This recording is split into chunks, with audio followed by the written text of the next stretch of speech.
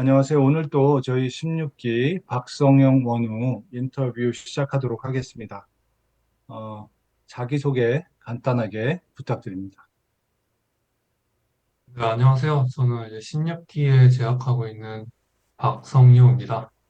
저는 현재 메타펫 주식회사를 운영을 하고 있고요. 저희 회사의 주력 아이템은 이제 반려동물 장래 중개 플랫폼 현재 운영과 개발을 하고 있습니다. 네, 창업을 시작한 지는 얼마나 되셨죠? 제가 창업을 지금 창업하는 거는 이 두 번째 창업이고요.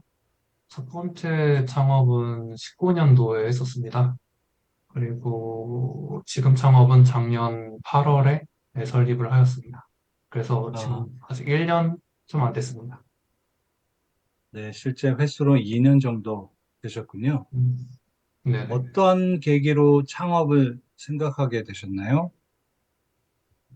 어, 저는 이제 학창 시절 때부터 좀 창업에 대해서 흥미가 있었어요. 그러다가 이제 군대를 제대하고 정말로 내가 하고 싶은 게 무엇일까?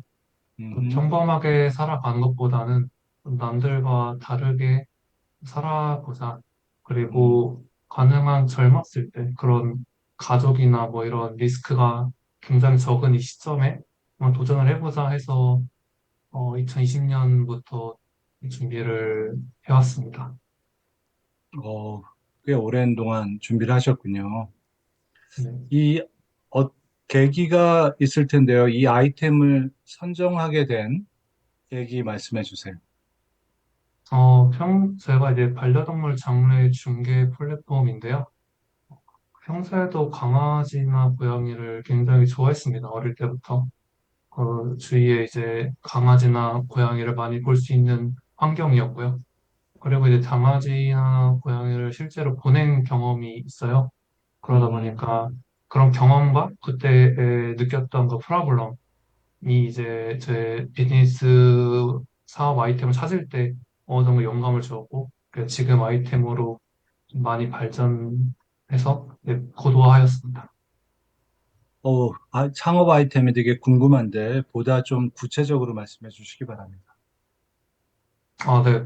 일단 반려동물 장래라고 하면은 어떻게 보면 생소할 수 있습니다. 그렇지만은 반려동물의 문화가 성숙해짐에 따라서 반려동물 장래라는 키워드는 이제 네이버 메인 기사로도 종종 보일 정도로 대중화되어 가고 있고요.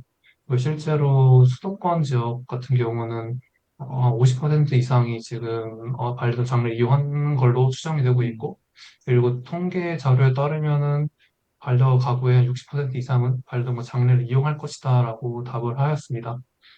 그리고 반려동물 장래 시장을 잘 모르지만은 2013년도에는 13개에 불과했지만 현재는 68개나 우리나라에도 장래 업체가 운영되고 있어요. 이게 시장 성장률로만 보면 25%가 넘는 성장률을 매년 기록한 시장이고요. 저희의 플랫폼 같은 경우는 이런 반려동물 장래를 이제 이용을 하려고 하는데 굉장히 정보가 제한적입니다. 그 정보의 그 채널 또한 제한적이고요. 그러다 보니까 덤탱이를 씌우는 경우도 있고 만족도가 굉장히 낮은 경우도 있고, 그리고 내가 진짜로 원하는 서비스가 뭔지, 왜냐면은 이 반려동물 장래라는 거는 이제 반려생활의 마지막이고 내가 사랑했던 애, 우리 아이를 이제 이별해야 된다는 건데, 그런 그 충격과 그 짧은 시간 안에 이성적으로 판단이 굉장히 힘들거든요. 그러다 보니까, 좀 원하지 않는 서비스들을 이용하게 되는데, 저희는 이런 프로블럼을 좀 해결하기 위해서, 고객들이 더 편하게, 그리고 자기 원하는 핏한 그런 장르 서비스 이용할 수 있게끔, 솔루션을 만들어서 현재 운영하고 개발하고 있습니다. 그렇군요. 현재 같이 하고 계신 팀원은 있습니까? 실제로 작년부터 이제 개발자 친구를 하나 이제 꼬셔가지고, 꼬시는데 한 반년 넘게 걸렸어요. 같이 하자고 해서 개발에 같이 들어갔고, 그래서 올해 초까지 같이, 제가 이제 실제로 고용해가지고 월급 주면서 같이 했었고요. 그런데 이제 살짝의, 저의 아이템에 대해서 그 친구와 저와의 어떠한 논쟁에서 이제 그 친구는 주력이 아니고 나 서브로 도와주겠다. 로 빠져서 이제 그 친구는 개발 쪽 서포터를 하고 있고, 저 같은 경우는 이제 개발 어느 정도 MVP 모델 정도는 만들 수 있고, 제가 이제 주력을 하고 저랑 이제 개발자 서포터와 디자이너 서포터로 구성되어 있습니다. 그러면 팀원들을 어떻게 구했는지 궁금한데요. 일단 이 개발자 친구 같은 경우는 그냥 제 고등학교 때부터 알던 친구였고요. 그리고 이 친구 음, 같은 경우는 컴퓨터 공학을 전공을 하였습니다. 그래서 어, 이미 그 BMW 계열사인 그런 AI 업체 회사를 다니고 있었는데 제가 같이 저의 아이템이 좋다, 같이 한번 해보자 하고 한 6개월 정도 오셨고 마침 그 친구도 이제 1년 넘어간 시점에 회사에 이제 어느 정도 실망 좀 하고 그리고 나 이직을 해야겠다라는 확신이 들고 해서 그 이해타산이 맞아서 이제 저와 함께 하게 되었습니다. 어, 굉장히 좋은 케이스가 되겠네요. 음. 현재는 그 MVP 단계라고 하면 매출이나 이익이나 이런 게 좀 나고 있는 상태입니까? 아직은 미비하고요. 미비하다는 거는 몇백만 원 이하인 단계이고요. 음, 그러다 보니까 고용과 투자에 그렇게 힘을 쓰기는 상당히 좀 어려운 단계에 그렇겠네요. 있습니다. 그렇지만은 그런 정부 지원 사업을 조금씩 지원을 받고 있어서 네, 계속 자생할 수 있는 비즈니스 모델 구축하기 위해 노력하고 있습니다. 그렇군요. 회사 이름이 메타펫이라고 하셨는데, 어, 이렇게 이름을 지은 배경이 있을까요? 사실 이 메타펫이라는 이름을 지었을 때 저희 아이템은 이 장래 중개 서비스는 아니었습니다. 그 당시는 이제 메타버스가 굉장히 핫한 시절이었고, 그러다가 저는 반려동물에 대한 아이템이 꾸준히 탐색을 하고 있었는데, 그러다가 메타버스와 반려동물 합친 이 아이템 메타펫이라는 아이템을 이제 키프리스에 검색을 해봤는데 특허 등록이 안 되어 있는 겁니다. 음, 그래서 이 아이디어를 생각한 게 아마 2021년 초였는데요. 그때 바로 특허 등록을 하고 출원을 하고 이제 회사를 세웠어요. 근데 이제 최근에 이제 특허청에서 연락받았는데 이제 등록이 결정됐다고 그래서 공고가 난 상태입니다. 어, 네, 이름이 상당히 좋습니다. 음.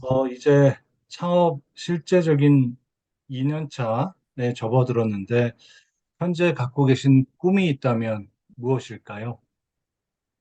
올해 저는 주변에도 꾸준히 말하고 하는데 자생할 수 있는 비즈니스 모델을 만드는 것이 가장 큰 목표이자 꿈입니다. 알겠습니다. 창업을 하려고 했을 때 가족들은 어떤 반응을 보였나요? 제가 이제 고등학교 때부터 창업을 하겠다고 생각을 하여서 이제 가장 먼저 이 부모님한테 먼저 얘기를 하였을 때는 저희 어머니 같은 경우는 굉장히 저의 결정과 생각을 존중해주고 언제나 응원을 해줍니다. 그게 많이 음, 힘이 되었고, 네, 아버지 같은 경우는 좀 굉장히 보수적이에요. 그러다 보니까 남들과 같은 평범한 삶을 살아라. 그래서 굉장히 트러블이 좀 많았었고, 이제 대학교를 지나고 지금까지 제가 이제 자발적으로 그런 창업에 대해서 노력하고 공부하고 그리고 어느 정도 성과를 보인다는 거에 있어서 이제 저희를 존중을 해주고 지금은 이제 저희의 아이템을 같이 논의하고 그리고 아버지께서 갖고 계시는 그런 인사이트를 저에게 꾸준하게 공유해주는 그런 단계에 도달했습니다. 아유, 현재는 가족들의 지지가 적극적이라 좋습니다. 창업 과정 중에 어려웠던 일이 있었다면 소개 좀 해주시기 바랍니다. 아, 네. 가장 이제 어려웠던 점으로는 본인을 믿고 있는데 이게 이제 흔들릴 때가 있습니다. 음, 그러니까 이제 제가 이게 맞다고 하고 지금까지 내 결정을 후회하지 않는 삶을 살아왔는데 어쩌면 이게 틀린 걸까? 그런 거에 대한 좀 공포와 두려움이 언제나 따라오는 게 이 창업인 것 같고요. 그리고 덕분에 이제 음, 좀 남들과 같은 이런 평범한 직장을 갖고 있지 않기 때문에 그런 불안정한 삶이 이제 또 창업에 대한 어려운 점으로 생각이 됩니다. 또한 이제 제가 어린 시절 고등학교 때나 대학생 시절에 창업을 한다고 했을 때는 주변에 있는 뭐 교수님부터 해가지고 주변 사람들은 와 젊은데 어린데 대단하다 그런 생각을 한다는 게 대단하다라고 해줬습니다. 근데 지금 이제 그때보다 한 5년 좀 넘게 더 지났고요. 그랬을 때 그들의 이제 기대감보다는 제가 성과를 내서 증명을 해야 되는 이제 시점이 왔고요. 그리고 그거를 더 빨리 그때 깨우쳤어야 되는데 이제라도 깨우친 거에 대해서 네, 위안을 삼고 있습니다. 이건 다른 질문인데, 직장 생활을 하는 또래 친구들과 비교하면, 어, 어떤 점이 본인이 어떤 점이 다르다 이렇게 느끼세요? 음, 어, 이제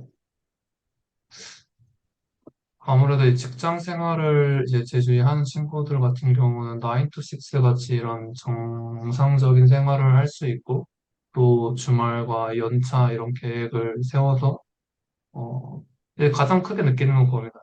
이제 여자친구를 이제 많이 제 주위에 사귀고 있는데 그런 음, 계획을 얘기하면 언제 여행 가자 이런 거 했을 때 저 같은 경우는 일주일 내내 회사에 나가고 싶고 나올 수 있으면 나가고 있고 그리고 매일 아침 10시부터 밤 한 10시, 11시까지 회사에 있거든요. 그러다 보니까 그 남들 그런 친구들의 그런 삶을 봤을 때는 좀 어떻게 보면 좀 부럽다라는 생각도 들 때가 음, 종종 있습니다. 회사가 여자친구가 되는 거군요. 네, 맞습니다. 어, 상업 과정 중에 신이 났던 때는 언제였던가요? 아, 네, 이제 가장 신났을 때는, 제가 처음 그 사업에 선정되었을 때이고요. 그때 이제 제가 처음 작성 사업 계획서와 그런 통과되고 처음 발표, 그리고 이제 선정이 되었다는 거에서 이제, 그 아드레날린이 뻗친다는 그런 좀 경험을 했던 그런 경험이 있고요.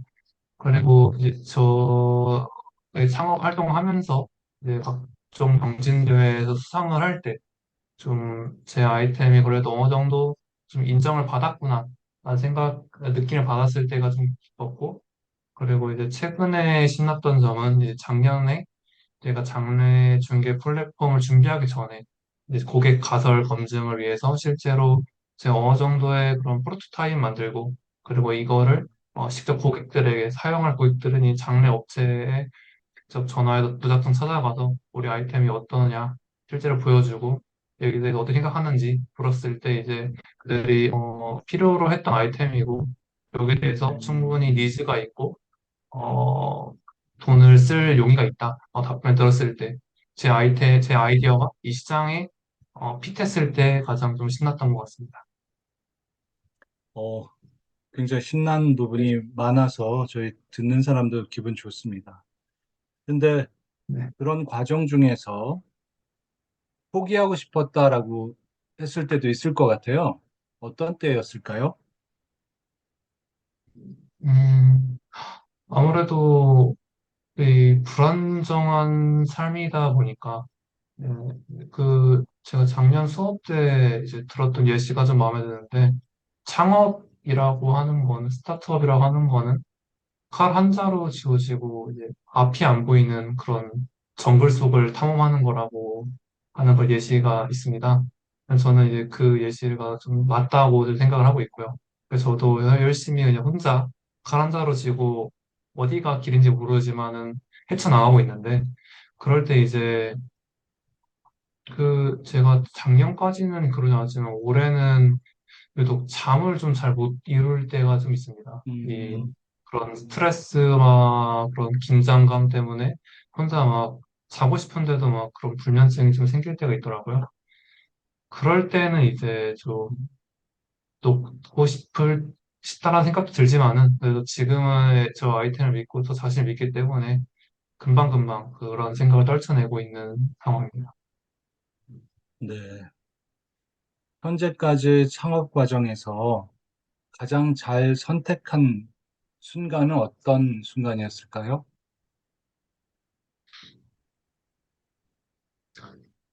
창업을 하겠다고 결정한 게 가장 네, 음, 큰 결정이었다고 생각을 하고 있습니다. 왜냐하면 이제 창업이라는 길을 직접 선택을 하고 이 길을 가면서 배운 게 굉장히 많거든요. 그 옛날에 제가 이제 스티브 잡스를 굉장히 좀 좋아하는데 그분이 스탠포드 연설에서 이제 우리 점을 찍고 간다고 했어요. 그러면 이제 뒤돌아보면 이게 하나의 선으로 이어진다. 그걸 봤을 때 제가 창업을 선택을 한 것도 한 점을 찍은 거고, 그 창업 선택해서 꿋꿋이 어디가 앞인지 모르지만 점을 찍었을 때, 이게 나중에 뒤돌아보면 하나의 선이 돼 있을 거라고 저는 믿고 있기 때문에 그 음, 결정이 가장 네, 잘한 결정이라고 생각하고 있습니다. 그렇게 어렵고 포기하고 싶은데도 불구하고 창업을 계속하게 하는 본인만의 원동력이 있다면 무엇일까요? 음, 저 자신을 믿는 거라고 생각합니다.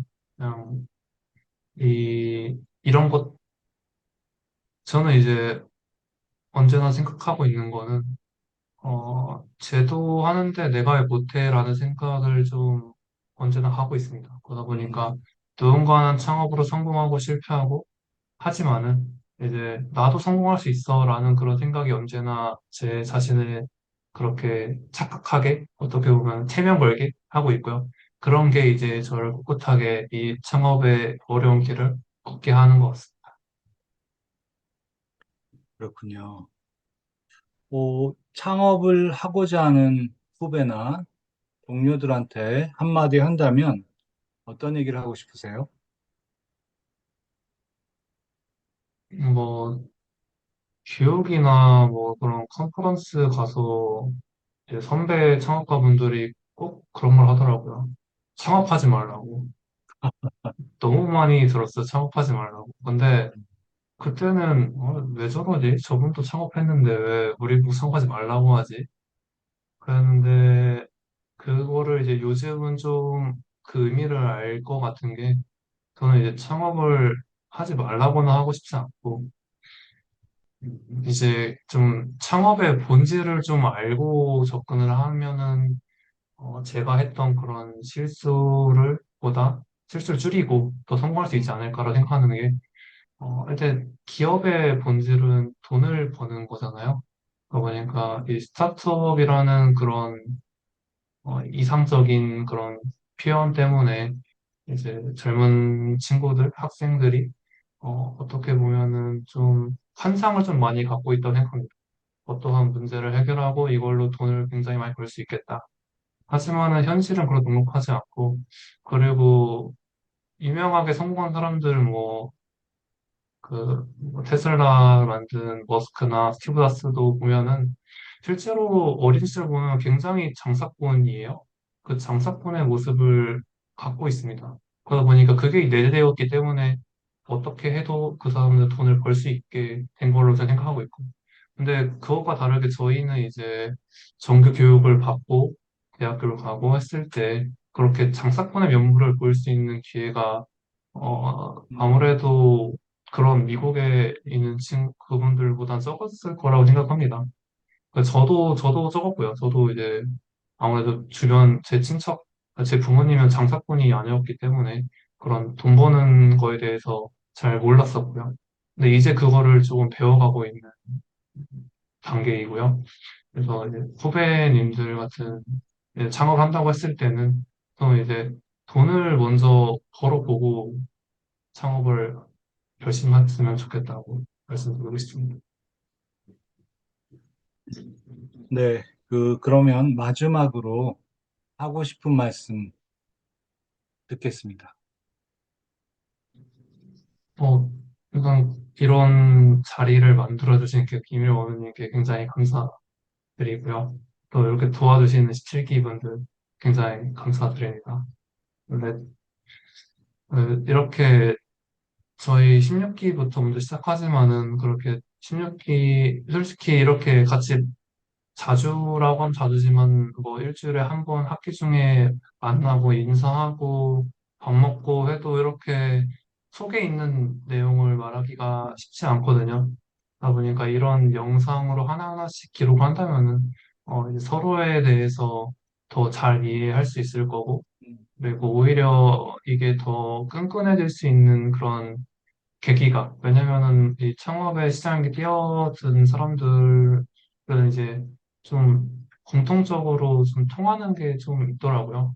아무래도 그런 이런 삶을 안 사는 분 직종보다는 더 서로 잘 이해하는 게 보이는데 이런 또 속 얘기를 할 수 있는 이 채널을 통해서 더 잘 알게 된다면은 이 관계가 더 꾸준하게 가지 않을까 그 기대를 하고 있습니다. 감사드립니다. 네, 오늘 저희 그 글창원 16기 박성영 원우 인터뷰 고생하셨습니다. 감사합니다. 네, 감사합니다.